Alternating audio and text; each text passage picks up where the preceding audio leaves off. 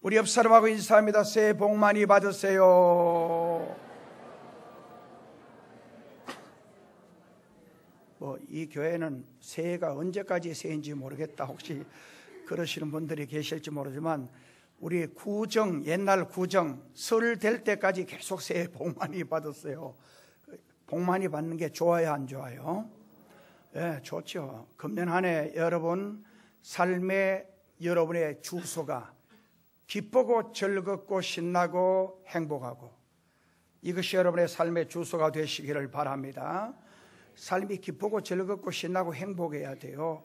예수 믿고 교회 다니면서도 기쁘지 못하고 즐겁지 못하고 신나지 못하고 행복하지 못하다, 사는 게 너무너무 힘들다, 정말 죽고 싶다, 정말 너무너무 괴로워서 미치겠다, 이런 사람은 정상적인 그리스도인의 삶이 아닙니다. 정상적인 그리스도인의 삶은 내 삶의 환경, 여건, 어떤 조건이 맞아져서 내가 기쁘고 즐거운 게 아닙니다. 바울은 항상 기뻐하세요, 쉬지 말고 기도하세요, 범사에 감사하세요. 그게 감옥에 있을 때 그렇게 한 거예요.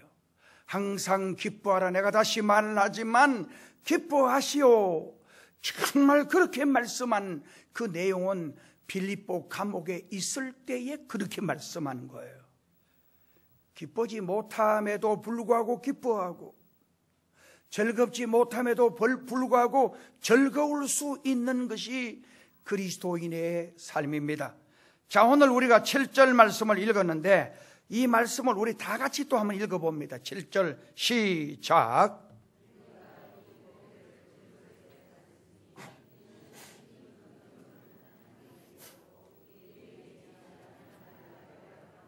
아멘.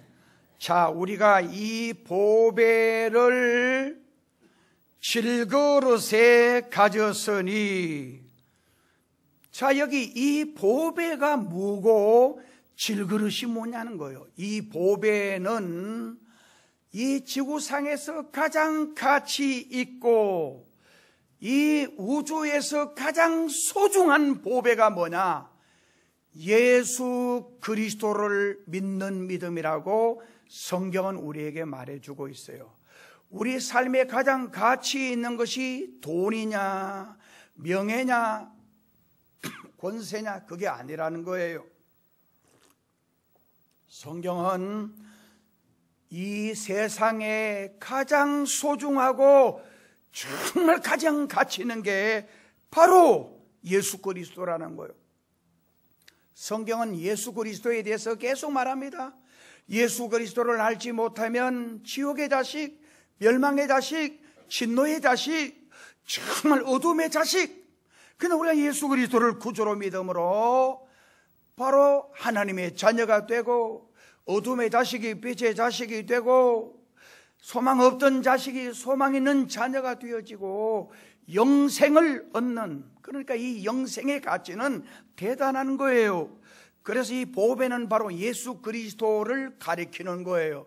이 보배를 어디 담아야 되느냐? 옛날에 보면 거기 격에 맞게 담아야 돼요. 보배는 옛날에 그 보배 함이 있어요. 거기다가 보석을 담는 그릇, 여러분 그것은 아무데나 담는 거 아니에요. 그런데 여기 성경은 이 보배는 이 지구상에서 가장 소중하고 가치 있는 보배를 어디에? 질그릇에 가졌으니, 이 질그릇은 오늘 우리의 육체를 가리키는 거예요. 우리의 모습을 가리키는 거예요.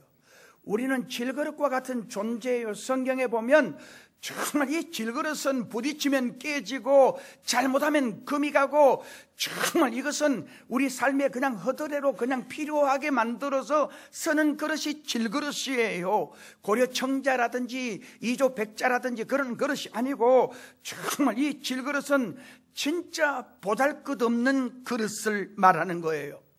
이 보잘것없는 그릇에 가장 소중한 보배를 담았다라는 거예요. 그래서 성경에 보면 이런 내용들이 너무 많아요. 제가 늘 자주 강조한 중에 제일 성전에 소중한 물건이 성물이 바로 법궤예요. 법궤. 법궤를 우리가 풀이하면 성금함, 거룩한 황금의 함이라는 그런 뜻이 있어요. 정말 이 법궤는 그 속에 뭐가 들어있느냐?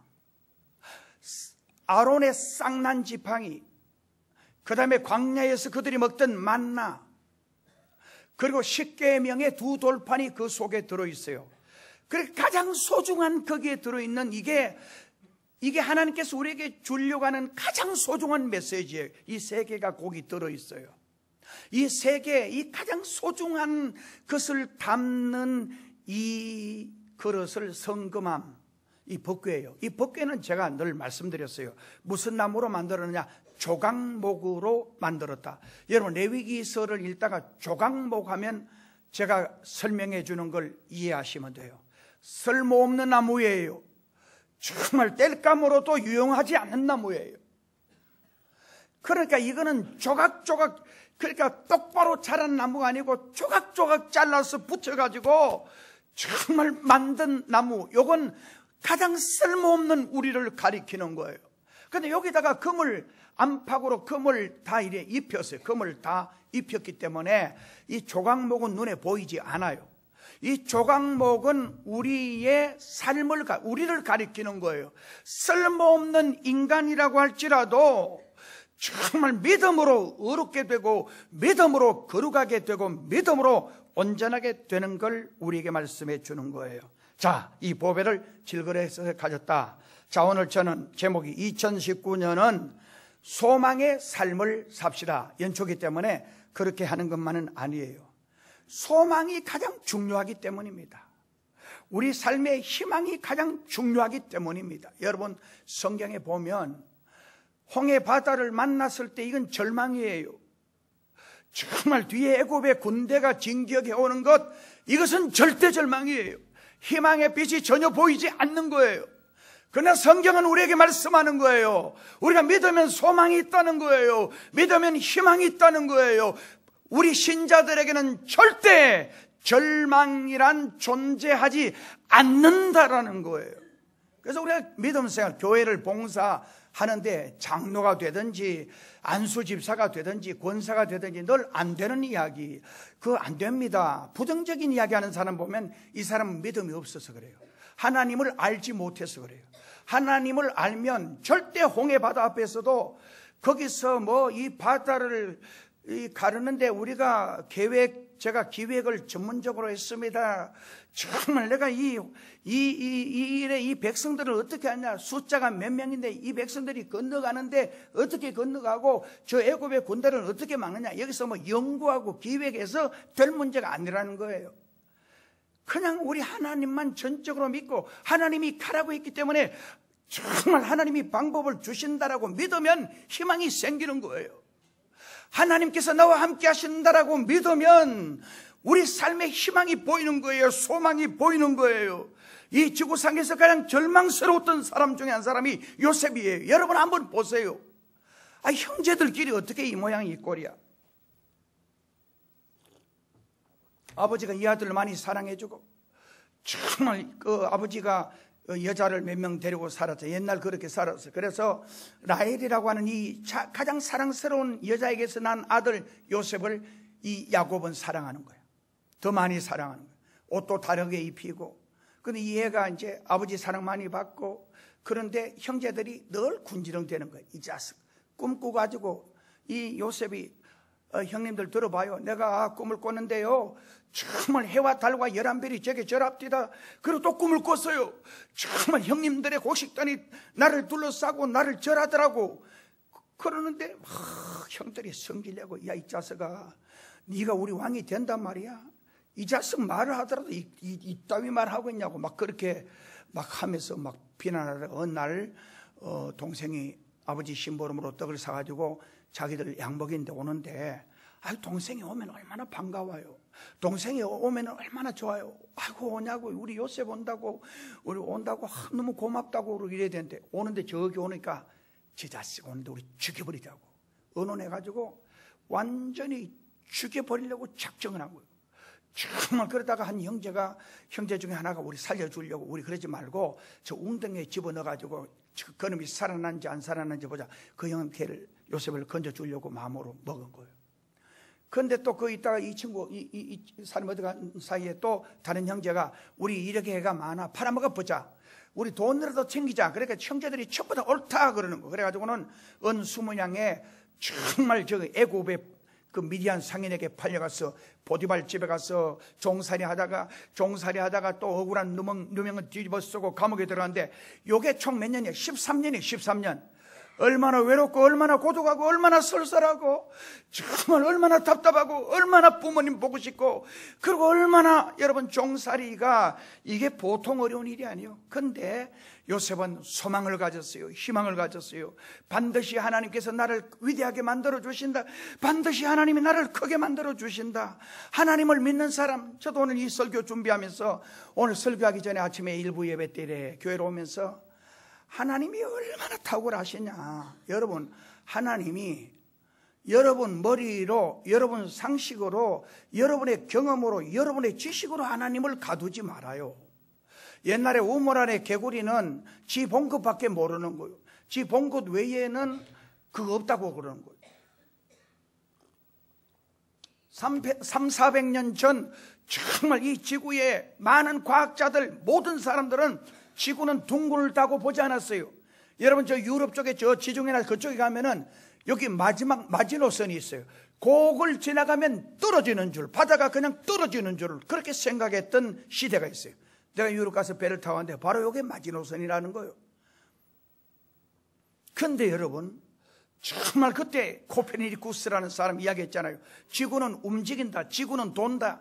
그러니까 종교재판에서 저 미친놈이라고, 지구가 돈다, 지구가 움직인다, 종교재판에서 너 다시 그 말하면 너 죽인다는 거예요. 이 친구가 이랬어요. 안 돕니다, 안 움직입니다 하다가 나오다가 친구 보고 그래도 지구는 돈다 이러고 나왔어요. 지구가 돌고 움직이는 게 맞는데 그 당시 경험으로는 안 도는 줄 알았어요. 우주가 이 지구가 평평한 줄 알았어요. 그 얼마나 사람들이 미련스러워요. 오늘 저와 여러분이 아는 지식은, 정말 오늘 이 지구상에 있는 모든 과학자들과 모든 사람들이 아는 지식은 아직 1억분의 1밖에 안 돼요. 그 모르는 게. 그래서 저는 오면서 하나님이 얼마나 위대한지, 저는 아파트에서 오다가 거기서 건너서 휙 뛰어가 이 건너산에 못 가요. 그러니까 얼마나 무능하고 미천하고 보잘것없어요. 그리고 이 안에 뭐 어떤 식물이 있고 어떤 생물이 있고 그걸 몰라요. 나는 정말 내가 일일이 헤아려 보지도 않았고, 기생충은 얼마나 되고 그리고 뭐는 얼마나 되느냐, 식물은 어떻게 되느냐 몰라요. 나는 하나도 아는 게 없어. 그런데 하나님은 전지전능하시니까 다 아는 거예요. 정말 이 우주가 얼마나 위대하고 탁월한 이 우주가 우리 아버지, 오늘 저와 여러분이 믿는 그 아버지의 것이에요. 이 아버지가 얼마나 탁월하고 얼마나 위대한가. 그래서 이걸 우리가 늘 이 안에도 고백하는 거예요. 그냥 마음으로만 생각하지 말고 말로 표현을 하는 거예요. 표현을. 자, 오늘 훈련하는 의미에서 저를 따라하면 이 꽃이 아름다워요, 안 아름다워요? 여러분들 이 꽃이 아름답지 않아요? 이런 생각이, 이런 느낌으로 보는 사람은 여러분 마음이 지금 병들어 있어요.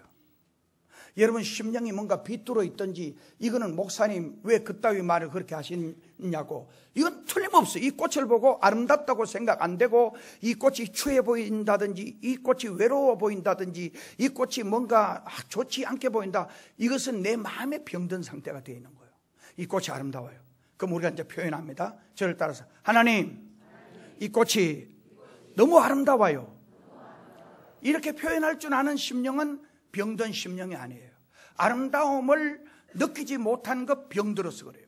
아름다운 것을 표현하지 못한 것 심령이 병들어서 그래요. 하나님은 오늘 우리에게 입술을 주시고 우리에게 언어를 주신 것은 우리의 입술과 우리의 언어를 통해서 영광을 받으시기를 그렇게 지금 저를 통해서, 여러분을 통해서 원하고 계시는 겁니다. 자, 오늘 인간이 살다 보면 여러 가지 문제를 만날 때가 있습니다.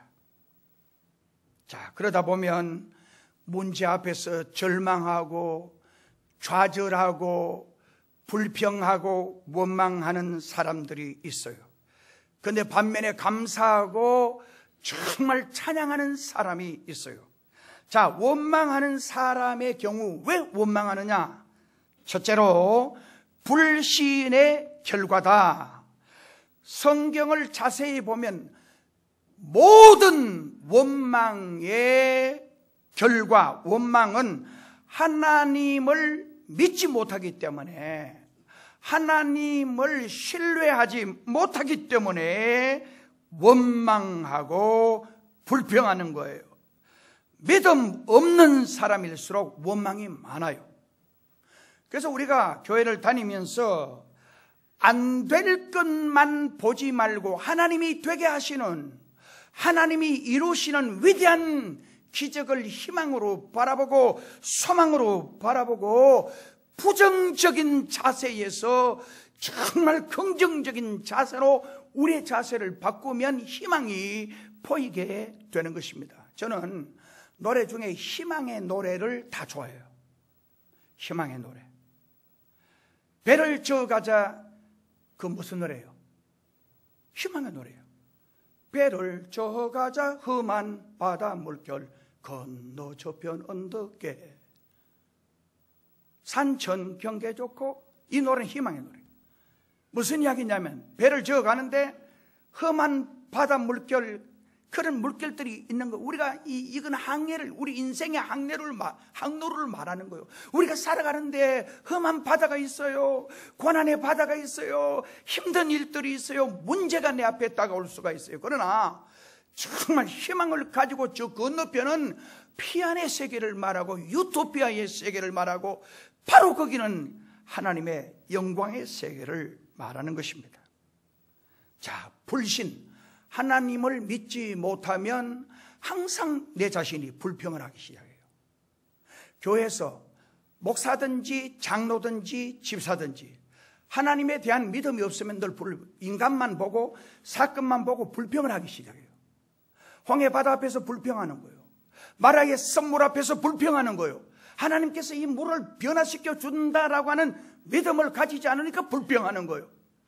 정말 르비딤에서, 여러분, 르비딤은 반석이 갈라져서 정말 하나님이 물을, 생수를 이 300만 백성들에게 실컷 먹을 수 있도록 주신 자리가 르비딤이에요. 여러분, 르비딤에 제가 전에 한번 이야기 보여드렸어요. 르비딤 호렙산 저 산 중턱에 해발 한 1000m 이상 되는데 하나님이 다 보도록 모세가 그 위에 올라갔어요. 정말. 그리고 지팡이를 들고, 여기 말로 도분이 나가지고 한 번만 이 지팡이를, 하나님이 지팡이를 가지고 반석을 가리키라 그랬는데 모세가 너무 열불이 나가지고 백성들이 막 자꾸 짜증내고 원망하니까 모세가 지팡이를 가지고 반석을 냈다 2번 때려버려요. 2번. 여러분, 이 중요한 겁니다. 반석은 예수 그리스도라고 말합니다. 성경에. 반석을 2번 후려쳤다는 것은 예수님을 2번 십자가에 못 박게 하면 가나안 땅에 들어갈 수 없다라는 걸 우리에게 설명해 주는 거예요. 그러니까 여러분, 지금까지 모르신 분들은 모르지만 지금부터는 예수님을 십자가에 2번 못 박으면 구원과 관계가 된다. 이걸 아셔야 돼요. 예수님을 우리가 사랑하고 정말 예수님을 끝까지 좋아하는데 어떤 환난과 시련이 와도 그분을 사랑하고 그분을 좋아해야 돼요. 그래서 반석을 치는데 하나님이 일단 그 반석을 갈라지게 했어요. 해발 한 1000m 이상 되는 데서 그 돌 반석이 얼마나 크냐면 아파트로 치면 한 8층쯤 되는 아파트 되는 돌이에요. 그걸 하나님이 쭉 갈라지게 해서 위에서 이렇게 갈라져서 밑에 부분에 물이 펑펑펑펑 새 나온 자국과 흔적이, 거기서 이제 물이 막 새 나오면 사방으로 흘러가니까 백성들이 그걸 물 한쪽으로 물길을 만들어 가지고 이쪽 아래로 내려오게 해서 거기서 한 200~300만 정도는 정말 충분히 살았던 그 흔적이 거기 있는 거예요. 그러니까 만나를 갈아먹고 절구도 있고 거기 막 이런 것들이 거기 있어요. 거기서 아마 오래 정착했던 것 같아요. 하나님이 물을 거기 산 위에서 물이 절절절절 계속 내려오게 하셔서 그 물을 마시게 한 거예요. 백성들은 그 광야에서 물이 없다고 원망을 해요. 백성들은 그 광야에서 정말 물이 없다고 불평을 해요. 그런데 하나님은 그 광야에서도 산 꼭대기에서도 물을 주실 수 있는 분이라는 걸 여러분 믿으시기를 주님의 이름으로 축원합니다. 여러분 머리로, 여러분 생각으로 믿음 생활하니까 계속 불평하는 거요, 계속 원망하는 거요. 가다가 막히면 원망하고, 가다가 힘들면 불평하고, 가다가 여러 가지 꼬이면 원망하는 거야. 하나님에 대해서 전혀 생각 안 하고 하는 처사가 바로 그 모양 그 꼴이야. 그 다음에 자기가, 그 다음에 이 원망하는 거는 자기가 져야 할 책임을 남에게 떠넘기기 위해서 원망해요. 시간이 없기 때문에 아담과 하와 보세요. 정말 죄를 지어놓고는, 나는 아담이라는 이 사람, 우리 조상이지만 웃기는 사람이야. 이 사나이가 아니야. 자기 부인이 만약 선악과를 따먹고 그래 됐으면 하나님이 저녁에 와서 이거 어떻게 된 거냐 이러면 아담이, 하나님 다 제 불찰입니다. 정말 제가 잘못해서 그랬습니다. 이러면은 하나님이 다른 어떤 길로 주셨는지도 모르는데, 이 아담은 시침이 딱 되고, 하나님 괜히 여자를 내게 줘가지고 내가 다 하려고 그랬습니까? 그 여자가 저 따가지고 먹고는 내보고 줘가 나도 그냥 먹었잖아요. 이런 식으로 이제 회피를 하는 거예요. 여자는 여자대로 또 회피하고. 그러니까 자기가 져야 할 책임을 떠넘기는 것, 이게 바로 문제라는 거예요. 그래서 자신들이 저지른 잘못을 서로 떠넘기기 위해서 그들은 서로 탓하고 원망합니다. 여러분, 원망의 깊은 풀이를 캐 들어가 보면 거기는 반드시 마귀가 자리 잡고 있어요. 제가 어릴 때 저희 집이 밭이 굉장히 큰 밭이 있었어요. 우리 어머님은 그 밭 때문에 걱정이 많았어요. 이쪽 끝에서 저쪽 끝으로 이렇게 보면 끝이 안 보일 정도로 이렇게 휘어져 있으니까 이래. 그러니까 언덕에 이래. 여기서 저까지 가는데도 몇백 미터야. 밭 메고 보리밭 메고 얼마나 힘들어요. 거기다 위에 이제 고추밭도 있고 채소밭도 이렇게 해놨는데, 우리 엄마 따라 아침에 내가 일찍 가보면은 고추가 멀쩡한 고추가 거기 말라 있는 게 있어. 우리 어머님이 호미 가지고 톡톡톡 파보면은 그 밑에 묵다는, 여기 말로 벌거지가, 벌레가 그 밑에 있는 거야. 요놈이 그 밑에 그거를 딱 파먹은 거야. 그래서 고추가 정말 시들한 거야. 야, 벌레. 여기 밑에 파먹으니까, 위에는 멀쩡한데 땅 밑에 파보니까 거기 벌레가 파먹은 거야. 참, 그래서 그게 시들어가는 거야. 마찬가지예요. 이 원망 불평의 밑뿌리를 파보면 정말 반드시 여러분 마귀 사탄이 원망하게 하고 불평하게 하고 신경질 내게 하고 인간적으로 자꾸 그렇게 하게 하는 거는 이 마귀가 그 밑에서 자꾸 컨트롤을 하는 거예요. 그러니까 내 영이 시들어가는 거예요. 그리고 시들어가는 증거로 계속 불평하는 거예요.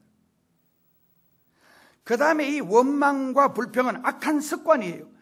우리는 살면서 좋은 습관을 가져야 합니다. 감사하는 습관, 웃는 습관, 화목하는 습관, 이거 아주 좋아요. 이건 지속하는 게 좋아요. 그러나 원망하는 습관, 나쁜 습관은 빨리 버리는 게 좋아요. 원망도 이게 습관이에요. 버릇이에요. 밥을 먹으면서 늘 불평하는 사람이 있어요. 식당 같이 가도요, 늘 투정되는 사람이 있어요. 이리 와봐요.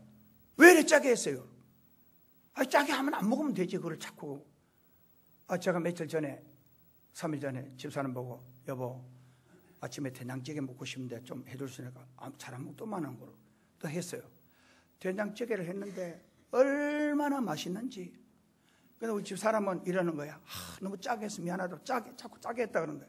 사실 나도 먹으니까 나 짠 거 싫으니까 너무 짠데, 그래도 짜다고 한마디 해보면 다음부터 안 해줄까 싶었어. 나는 너무 맛있다고. 본인이 미안해서 짜다고 계속 그래도 나는 맛있다고. 그 맛있었으면 다 먹어야 되는데 덜 먹었어요. 그래도 짜가지고 사실. 부인이 반찬해주면 짜다 맵다 뭐 어떠다 그런 말 하지 마라. 이게 사나이로 살 일이 아니야. 같이 와가 살아주면서 정말 평생 그래주면 감사해야지. 뭘 그걸 가지고 짜면 안 먹으면 되고 매우면 안 먹으면 되고 그러지. 그걸 가지고 자꾸 집안을 시끄럽게 해서 되냔 말이야. 덜 감사하고. 나는 내 자랑이 아니고 난 평생 우리 집사람이 해준 반찬 가지고 한 번도 짜다 맵다 맛없다 해본 적은 늘 맛있게 먹었지. 그런 거 습관이. 이런 것도 이 좋지. 그 다음에 판단하는 거. 짜다 맵다 싱겁다 이것도 사람마다 달라요. 나는 매운 걸 진짜 못 먹어요. 근데 내가 아는 어떤 옛날 우리 교회 우리 전도사로 했던 김종희 그때 이제 목사님인데 내가 중매줬다고 너무너무 감사하다고 신혼여행 갔다 와가지고 나보고 식사 대접하겠대. 갔는데 나 죽을 뻔했어. 정말 두 내외는 매운 걸 얼마나 좋아하는지 그 뭐라 그래 그 게탕 하는 집에 이제 나를 물어보지도 않고 간 거야. 가서 기도를 딱 했는데 입에 딱 댔는데 나는 막 터져 죽는 줄 알았어. 근데 두 내외는 너무 맛있다고 먹는데 속으로 내가 옛날 이솝의 우화에 여우가 자기 집에 두루미를 초대해 놓고는 접시에다가 담아주니까 하나도 못 먹고 왔어.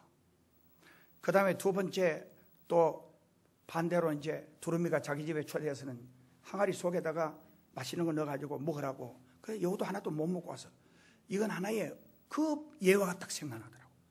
야, 이 사람들은 어떻게 나를 이렇게 매운 데 불러가 죽이려고 생각해. 그런데 뭐 다른 거 먹으면 되니까 그래 오긴 왔지만은 매운 거 진짜 못 먹어요. 그렇다고 그걸 가지고 막 거기다가 둘이 앞에서 대놓고 이런 데 불렀냐고 자꾸 그러면은 대충 눈치는 챘지. 눈치챘는데 절대 여러분 맵다 짜다 싱겁다 뭐 어떻다 고소하다 이거는 사람마다 다 달라요. 아무리 매운 것도 안 맵다고 잘 먹는 사람이 있어요. 그러니까 우리 그 교회 중에서도 정통이 아주 이 보수 교회는 맵다 짜다 이런 잘났다 못났다 이것도 표현 절대 안 하는 거예요. 그거는 하나님만이 하실 이야기라는 거예요. 판단할 일은 하나님이 하신다는 거예요. 맵다 짜다 잘났다 못났다. 여러분이 저를 보실 때 잘난지 못난지 모르고 우리 엄마는 늘 잘났다 그래요. 그러니까 이 보는 관점에 따라 다 달라요. 그러니까 요 잘났다 못났다 맛있다 맛없다 뭐 맛있게 먹으면 좋지. 그러나 이런 표현 그러니까 판단하는 어떤 그런 표현은 정통 보수 교단 장로교는 그걸 못하게 하는 교단도 있어요. 그건 하나님만이 판단할 권세가 있다는 거예요. 그래서 원망은 이 습관이 되면 계속 이게 이 습관적으로 하는 거예요. 자, 오늘 저는 시간이 갔지만 이 세상에서 가장 불쌍한 사람이 뭐냐? 돈 없는 사람 아니에요. 명예 없는 사람 아니에요. 지위가 없는 사람 아니에요. 이 세상에서 가장 불쌍한 사람은 희망이 없는 사람이에요. 오늘 시간이 갔지만 조금 더 말씀드립니다. 자, 실망을 금년 한 해 오래 품지 마시기 바랍니다. 실망은 우리 감정의 느낌 때문에 오는 경우가 많아요. 우리 인간의 마음은 하루에도 몇 번이고 변합니다. 기후의 변화처럼 우리의 심령은 정말 늘 변해요. 그렇기 때문에 이 감정의 변화에 따라서 얼마든지 우리가 바뀔 수가 있어요. 이스라엘 백성이 가나안 국경지대 가네스 바네에서 12사람을 정통꾼으로 보냅니다. 정탐하고 돌아온 정탐꾼들의 보고가 10명이 부정적인 보고, 절망과 좌절의 보고를 합니다. 이 보고를 들은 백성들은 같이 거기에 전염이 됩니다. 그래서 실망에 빠집니다. 여호수아와 갈렙이 가면 됩니다. 하나님 우리와 함께 하시면 됩니다. 그래도 이 폭동이 일어날 지경이에요. 여러분, 우리가 믿음 생활을 한다. 저를 보세요. 금년 안에 하나님 보세요. 하나님 믿으세요.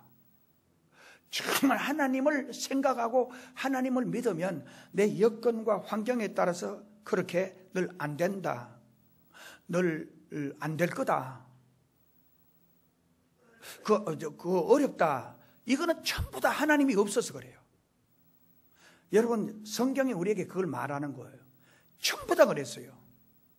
떡 5개와 물고기 2마리로 5,000명을 먹이고도 12광줄이 남기고 정말 물을 변하여 포도주가 되게 하시고 무슨 일이든지 가능하게 할 수 있는 그 하나님이 못하실 일이 뭐냐 이 말이에요. 암병이니까 못 고치고 천만에요. 하나님은 죽어 썩은 냄새 나는 나사로도 나사로야 일어나라 명령하니까 나사로가 몸을 똘똘 감고 있던 그 죽은 나사로가 일어나는 거예요. 이건 뭐냐면 하나님 안에서는 절망이 없다는 거예요. 예수 안에서는 절망이 없다는 거예요. 예수만 믿으면, 하나님만 믿으면 내 삶의 어떤 질병도 내 삶의 어떤 문제도 해결할 수 있다는 걸 말씀해 주는 거예요. 그 다음에 실망이 다가올 때는 다른 사람과 대화를 나누어야 합니다. 실망이나 좌절이 찾아올 때 아무것도 아닌 것처럼 그것을 숨기거나 가장하면 안 돼요. 우리는 하나님 앞에 솔직해야 돼요. 여러분 제 말을 꼭 들으세요. 금년에 여러분 살아가다가 마음이 슬프잖아요. 숨기지 마세요. 하나님 앞에 엎드리세요. 하나님 내 마음이 지금 너무 슬픕니다. 그렇게 고백하세요. 살아가다가 정말 내 마음이 너무 우울해. 하나님 앞에 그걸 이야기하세요. 하나님 내 마음이 너무 우울해요. 내 마음이 지금 너무 답답해요. 내 마음이 지금 괴로워요. 내 마음이 지금 너무너무 막 진짜 어두워요. 하나님께 내 모든 상태를 그대로 이야기하는 거예요. 그게 기도예요. 기도. 하나님께 내 사정을 그대로 이야기하면 하나님이 우리의 질병을 고쳐주시고 우리의 문제를 해결해 주시고 우리의 어두움을 제거해 주시는 거예요. 우리 마음이 어두운데 여러분이 해결할 수 있어요? 저도요, 제 집에서 방 안에 있다가 이렇게 생각 탁 나가지고 그 생각하니까 막 답답한 거야. 괴로운 거야. 그 답답한데 거기서 앉아가지고 계속 답답한 거 생각하면 잠이 안 와. 그 가슴이 아파. 그때는 어디 나오냐? 바로 우리 방 안에서 거실에서 나가가지고 그 베란다에까지만 나가면 벌써 희망이 솟아. 희망이. 정말 베란다를 보고 시내를 보면서 두 손을 들고 하나님이 영혼을 구원하게 해주세요. 하나님 저에게 힘을 주세요. 이렇게 기도하면 조금 전에 그 고민과 갈등과 괴로움은 금방 사라져버려요. 그리고 교회 생활하다가 더 큰 아픔이나 그 괴로움이 있으면 저는 기도원으로 차 타고 저 기도원에 가서 마음껏 외치고 하나님께 기도하면 마음이 후련해요. 그래서 여러분 금년 한 해 여러분 우울한 마음 그리고 뭔가 불편한 마음, 괴로운 마음을 안고 가지 말고 하나님께 그대로 내놓으세요. 하나님 내 지금 마음이 괴로워요. 내 마음이 외로워요. 내 마음이 슬퍼요. 내 마음이 지금 답답해요. 정말 하나님께 그대로 이야기하면 하나님은 우리에게 희망을 주시고 소망을 주시고 기쁨을 주시고 즐거움을 주실 줄로 믿습니다. 아멘. 그래서 건강하게 오래 사는 사람들이 누구냐? 조사를 해보니까 친구 많은 사람이더라고요. 친구. 여러분 70대 신부는 7살 정도 아래 친구를 사귀세요. 80대 신부는 10살 아래, 90대 신부는 15살 아래 친구를 사귀면 외롭지가 않아요. 그런데 친구 없는 사람은 어제 내 집사람하고 대구 우리 친구 아들이 결혼식에 있어서 가는데 우리 신학 동기들 다 모임 있는데 안 오니까 친구 부인이 이 포항 쪽에 살던 친구 부인이 전화가 왔어요. 전화를 딱 받고 우리 사람이 친구도 있는데 왜 부인이 전화 왔지 이러더라고. 여보 그 친구는 평생 가도 전화를 할 줄 모르는 친구가 아니냐고. 힘들 때 답답할 때 옛날 제가 좋은 교회를 소개해주고 그랬는데 그 다음부터는 전화가 없어요. 그런 친구들 있어요. 여러분 중에 혹시 그런 분이 계시면 여러분 굉장히 내가 사가지 없는 친구라고 사람이라고 생각하면 돼요. 정말 남에게 전화도 할 줄 모르고 남하고 이렇게 대화도 할 줄 모르고 혼자 이렇게 있는 거. 나 성격이 그래서 성격이 아니에요. 그건 병든 심령이라서 그거 고쳐야 돼요. 여러분. 그래야 여러분 마음이 자유를 얻어요. 같이 전화도 하고 같이 대화도 하고 그러면 얼마나 행복해져요. 너무너무 기뻐지잖아요. 그런데 대화도 안 하고 집에 퇴근해서 부인 오는데 제가 전에 몇 번 다른 이야기도 많지만 자꾸 반복하는 거는 퇴근해서 집에 딱 오는데 부인이 집에 된장찌개 끓이는데 여보 뭐해요? 딱 그러니까 뭐라 그랬어요? 부인이 본척 만척도 안 하고 눈 아래로 회탁 까고 보는 사람은 그거 진짜 사가지 없는 여자야.